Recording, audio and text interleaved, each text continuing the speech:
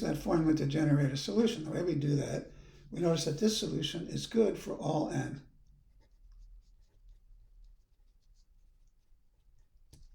It's true all the time.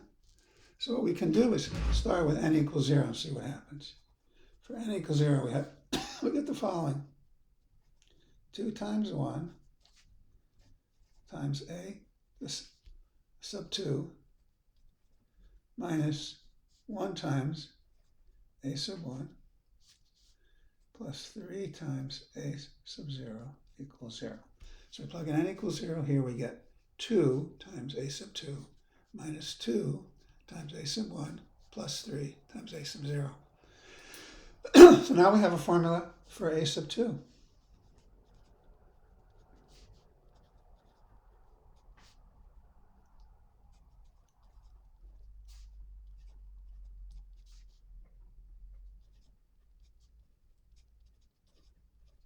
Okay, now we know what a sub 2 is. Now we can play the same trick. Now notice that a sub 2 depends on a1 and a0, but it's okay because a sub 1 and a sub 0 are unknown. Those are going to be our two unknown constants. Let's try for n equals 1. We would have, going back to this equation, n equals 1, we would have 3 times 2 times a sub 3 minus 2 times 2 times a sub 2 plus 3 times a sub 1 equals 0. Now we know what a sub 2 is in terms of a1 and a0. a1 is one of our unknown constants, so we can solve for a sub 3. 6 times a sub 3 is 4 a sub 2 minus 3 a sub 1, which if you work that out, comes out to be, we're going to plug in what a sub 2 is. That's going to be 4 times a sub 1 minus 3 halves a sub 0 minus 3 a sub 1, which turns out to be a sub 1 minus 6 a sub 0, or a sub 3 is equal to a sub 1 over 6 minus a sub 0. So now we have a sub 3. Now we can do the same trick for to get a sub 4, and the way we're going to get a sub 4 is we're going to plug in n equals 2. So plugging in n equals 2, we get, going back to this equation, we get 3 times 4, or 12 a sub 4 minus 2 times 3, or 6 a sub 3 plus 3 a sub 2 equals 0. Now we know a sub 2 and a sub 3 in terms of a sub 1 and a sub 0, so it's just a matter of now plugging in again and doing the math.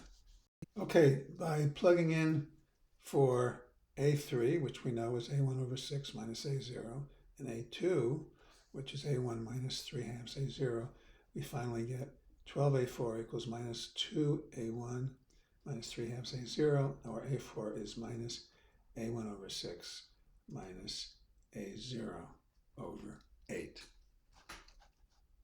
Now we can write out, if we want, an expression for y. Well, y starts out as a0 plus a1x, those are our unknowns, plus a1 minus 3 halves a0 x squared, because that's the coefficient a2. And now the coefficient a3 is a1 over 6 minus a0 times x cubed. And we have one more coefficient. We have the a4 plus minus a1 over 6 minus a0 over 8, x to the 4th, and we didn't do x to the 5. Now, the other thing we can do if we'd like is we can get everything in terms of a0, a1, and see what that looks like. It's the same thing. We would have a0 minus 3 halves a0x squared minus a0x cubed minus a0 over 8x to the fourth plus a1x plus a1x squared plus a1 over 6x cubed minus a1 over 6x to the fourth. So we could rewrite it like that. It might make more sense. We can then factor out, if you wanted to, we could factor out the a0.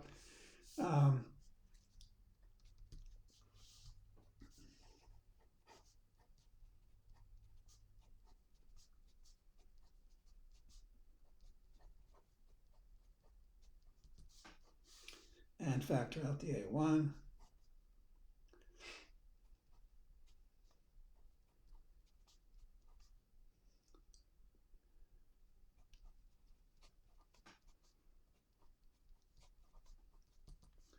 And that's what our y is.